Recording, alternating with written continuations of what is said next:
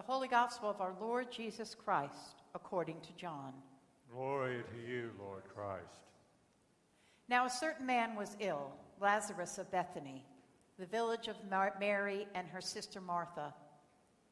Mary was the one who anointed the Lord with perfume and wiped his feet with her hair. Her brother Lazarus was ill. So the sisters sent a message to Jesus. Lord, he whom you love is ill. But when Jesus heard it, he said, this illness does not lead to death. Rather, it is for God's glory, so that the Son of God may be glorified through it. Accordingly, though Jesus loved Martha and her sister and Lazarus, after having heard that Lazarus was ill, he stayed 2 days longer in the place where he was. Then after this, he said to the disciples, let us go to Judea again. The disciples said to him, Rabbi, the Jews were just now trying to stone you, and you are going there again? Jesus answered, are there not 12 hours of daylight? Those who walk during the day do not stumble, because they see the light of this world. But those who walk at night stumble, because the light is not in them. After saying this, he told them, our friend Lazarus has fallen asleep, but I am going there to awaken him. The disciples said to him, Lord, if he has fallen asleep, he will be all right. Jesus, however, had been speaking about his death, but they thought he was referring merely to sleep. Then Jesus told them plainly, Lazarus is dead. For your sake I am glad I was not there, so that you may believe. But let us go to him. Thomas, who was called the twin, said to his fellow disciples, let us also go, that we may die with him. When Jesus arrived, he found that Lazarus had already been in the tomb 4 days. Now Bethany was near Jerusalem, some 2 miles away, and many of the Jews had come to Martha and Mary to console them about their brother. When Martha heard that Jesus was coming, she went and met him, while Mary stayed at home. Martha said to Jesus, Lord, if you had been here, my brother would not have died. But even now I know that God will give whatever you ask of him. Jesus said to her, your brother will rise again. Martha said to him, I know that he will rise again in the resurrection on the last day. Jesus said to her, I am the resurrection and the life. Those who believe in me, even though they die, will live. And everyone who lives and believes in me will never die. Do you believe this? She said to him, yes, Lord, I believe that you are the Messiah, the Son of God, the one coming into the world. When she had said this, she went back and called her sister Mary and told her privately, the teacher is here and is calling for you. And when she heard it, she got up quickly and went to him. Now Jesus had not yet come to the village, but was still at the place where Martha had met him. The Jews who were with her in the house, consoling her, saw Mary get up quickly and go out. They followed her, because they thought she was going to the tomb to weep there. When Mary came where Jesus was and saw him, she knelt at his feet and said to him, Lord, if you had been here, my brother would not have died. When Jesus saw her weeping, and the Jews who came with her also weeping, he was greatly disturbed in spirit and deeply moved. He said, where have you laid him? They said to him, Lord, come and see. Jesus began to weep. So the Jews said, see how he loved him. But some of them said, could not he who opened the eyes of the blind man have kept this man from dying? Then Jesus, again greatly disturbed, came to the tomb. It was a cave, and a stone was lying against it. Jesus said, take away the stone. Martha, the sister of the dead man, said to him, Lord, already there is a stench, because he has been dead for 4 days. Jesus said to her, did I not tell you that if you believed, you would see the glory of God? So they took away the stone, and Jesus looked upward and said, Father, I thank you for having heard me. I knew that you always hear me, but I have said this for the sake of the crowd standing here, so that they may believe that you sent me." When he said this, he cried out with a loud voice, "Lazarus, come out." The dead man came out, his hands and feet bound with strips of cloth, and his face wrapped in a cloth. Jesus said to them, "Unbind him and let him go." Many of the Jews, therefore, who had come with Mary and had seen what Jesus did, believed in him. The Gospel of the Lord. Praise to you, Lord Christ.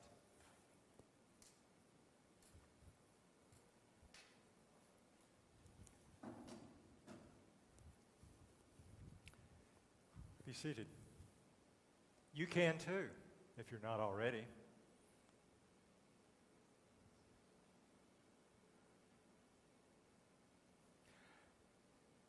So how's life? Probably a good place to start out, huh? I suspect that things are a bit different in your life than they were, say, 3-4 weeks ago. Things have changed drastically and dramatically. Things that we used to do as a routine part of our lives, we no longer do, or we do with great reservation. We plan how we're going to go to get groceries or whatever we need to do that invites us out into the community today. We do so with caution. How this affects us is great. Think about the physical effects of all of this on us and on our pets, who now get walked a lot more than they used to. Perhaps they would like for us to settle down just a little bit, but the walking helps with our anxiety. Oh, the mental side of it too, the emotional side, that gets hooked all in this time together, doesn't it? Maybe we're together too much. Or maybe we're not together at all. And that yanks and pulls at our emotions, and it makes us kind of crazy, doesn't it? At least it does me. I find it interesting just how resilient we are as a people, how some of us are so driven to make things work that we will do what we need to make it happen. One of the things you may have seen recently is that there are various groups of people that are unwilling to not have music and singing in their lives. So they are coming together on Zoom or whatever platform there is for it. I saw one the other day of parts of an orchestra that had gotten together, each individually playing their parts, but brought together into this one singular space. And it was lovely. It was lovely. I've seen other groups of folks doing this as well. It's not new. This has been happening for 10 or so years, just a little bit here and there, but it's happening quite a bit right now. I watched and listened to one this week that really moved me. It was a group of session singers from Nashville who had recorded "It Is Well With My Soul." It was lovely.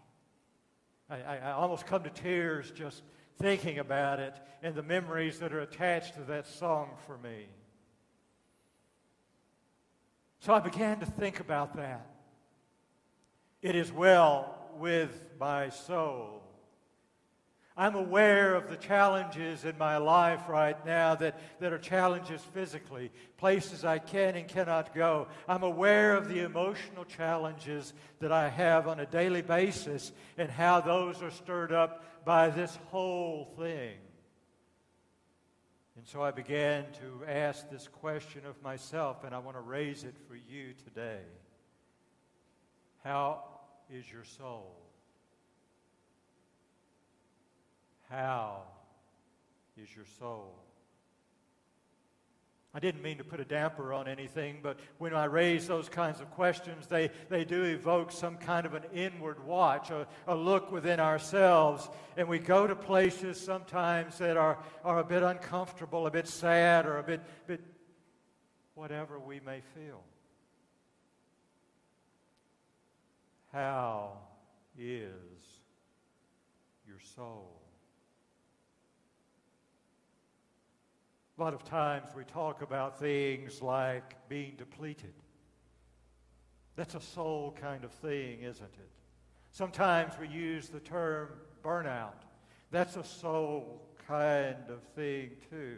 In itself, it is its own kind of death. Something left there in the midst of things. It's a very uncomfortable and disquieting place to be.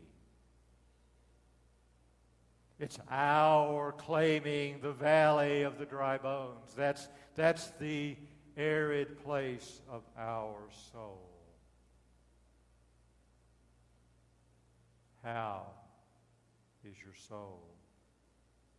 It's a tough place to be. I don't invite anyone to go there that doesn't have to, but you and I go there throughout our lives. And oftentimes when we walk through the valley of the dry bones, you and I feel like there's no hope. All we have, we're surrounded by death. We're just surrounded by nothingness. And so we see that there's nothing left for us. I take hope when I read this story with Ezekiel and how he walked into this place and he looked out there and God said, I'm going to raise these bones up. I'm going to put them back together. And Ezekiel began to prophesy this, and the bones began to come together, and they formed sinew and muscle. And had it stopped there, it would not have been enough. For you see, they were still dead. They were still dead. And then something very important happened. Ruah, the breath of God, came forth and breathed life into these dry, dead bones and rebuilt bodies. And they came alive. And they came alive. And in this beautiful gospel today, Jesus goes up to this tomb. He's waited long enough that Lazarus has died. And had Jesus not shown up at the tomb that day, that's where Lazarus would have stayed. But Jesus showed up. And when he showed up, he opened the grave and he said, Lazarus, come out. And that beckoning brought forth Lazarus with life.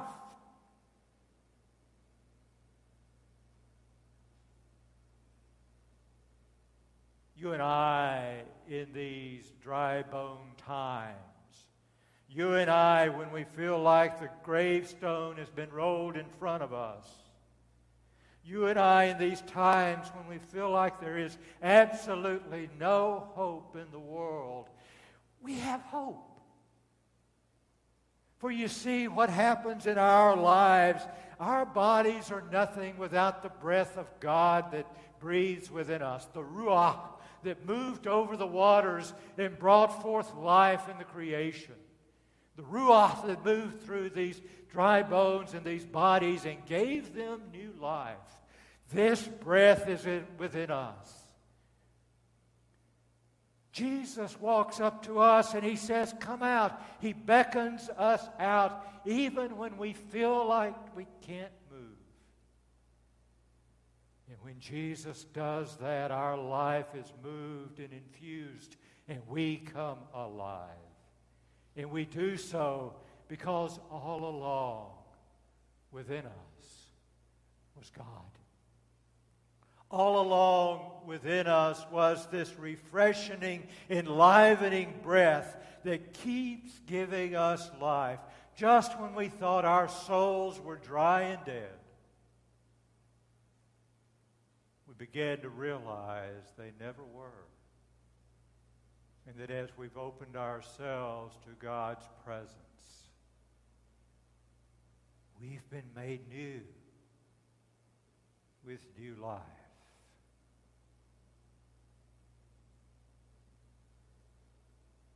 How are you doing physically? These limitations can be difficult. They can be difficult emotionally too. How is your soul?